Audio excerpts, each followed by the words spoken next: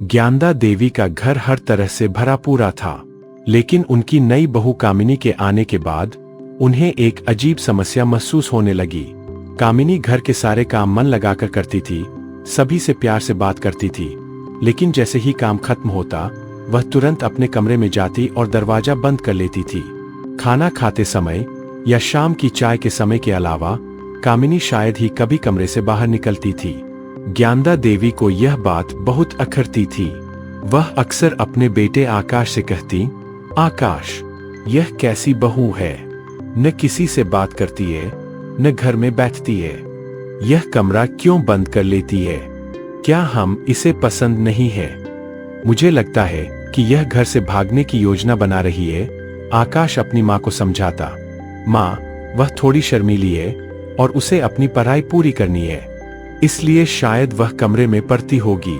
लेकिन ज्ञानदा देवी को संतोष नहीं होता। वह रोज दरवाजे पर दस्तक देती, बहू, क्या कर रही हो, थोड़ी देर हमारे साथ बैठो। कामिनी दरवाजा खोलकर मुस्कुराती, जी माँ जी, बस थोड़ा काम था, और फिर तुरंत दरवाजा बंद कर लेती। एक दिन ज्ञानदा देवी का सब्र टूट गया। उन्होंने देखा कि कामिनी फिर से कमरा बंद करके अंदर चली गई है। ज्ञानदा देवी ने सीधे दरवाजा खटखटाया और गुस्से में कहा, बहू, आज तुम मुझे बताओगी कि तुम यह कमरा क्यों बंद रखती हो, तुम्हें क्या छिपाना है? कामिनी ने दरवाजा खोला। उसकी आंखों में आंसू थे।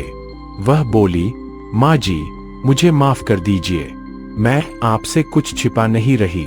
ज्ञानदा देवी ने धकेल कर दरवाजा खोला और कमरे के अंदर चली गई। उन्होंने देखा कि कमरा बहुत साधारण है, लेकिन कोने में एक पुराना छोटा सिलाई मशीन रखा है। कामिनी जल्दी से उस पर कपड़ा डालकर उसे छिपाने लगी। ज्ञानदा देवी ने कपड़ा हटाकर देखा। वह कोई साधारण सिलाई नहीं थी, बल्कि छोटे बच्चों के कपड़े थे जो बहुत ही कलात्मक तरीके से सिले जा रहे थे। ये क्या है, बहू?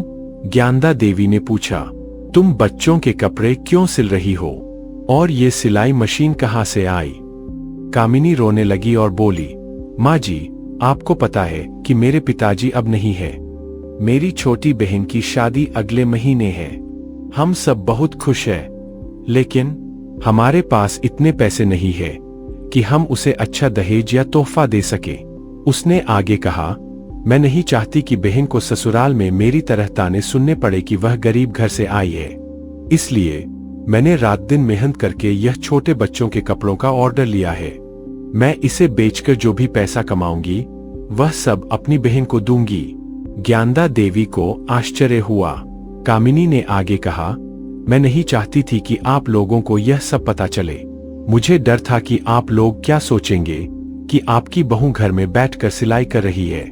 मुझे लगा कि आप मुझे गरीब या छोटी समझेंगी, इसलिए मैं कमरा बंद करके काम करती थी। मैं आप सबका सामना नहीं कर पाती थी। ज्ञानदा देवी का दिल भर आया। उन्हें एहसास हुआ कि वह अपनी बहू पर कितना गलत शक कर रही थी। उन्होंने सोचा कि उनकी बहू किसी दिखावे के लिए नहीं, बल्कि अपनी बहन के भविष्य के लिए मेहनत कर रही थी।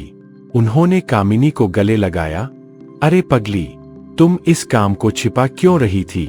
यह कोई चोरी नहीं, प्यार का काम है। तुम्हें पता है, तुम्हारे ससुर जी की कपड़ों की दुकान थी और मुझे भी सिलाई का काम बहुत अच्छे से आता है। उस दिन से ज्ञानदा देवी ने अपनी बहू को कमरा बंद करने नहीं दिया। वह खुद सिलाई मशीन लेकर कमरे में बैठ गईं। अब से हम दोनों साथ काम करेंगे। तुम्हारी बहन की शादी में मैं भी अपना सहयोग दूंगी। यह पैसा दहेज नहीं होगा, यह तुम्हारा और मेरा आशीर्वाद होगा। सास और बहू ने मिलकर रात दिन काम किया।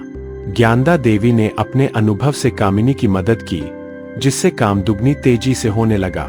कामिनी की बहन की शादी बहुत धूमधाम से हुई। जब कामिनी ने बहन को अपनी मेहनत के पैसे दिए तो उसकी बहन की आंखों में खुशी के आंसू थे। उस दिन ज्ञानदा देवी को समझ आया कि एक बहू का कमरा बंद करना हमेशा दूरी नहीं दिखाता।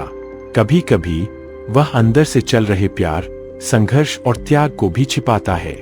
उन्होंने अपनी बहू की ईमानदारी को अपनी सबसे बड़ी दौलत माना। आपको वीडियो कैसी लगी? कमेंट करके जरूर बताएं। वीडियो अच्छी लगी हो तो वीडियो को लाइक करना ना भूलें और चैनल को सब्सक्राइब करना ना भूलें।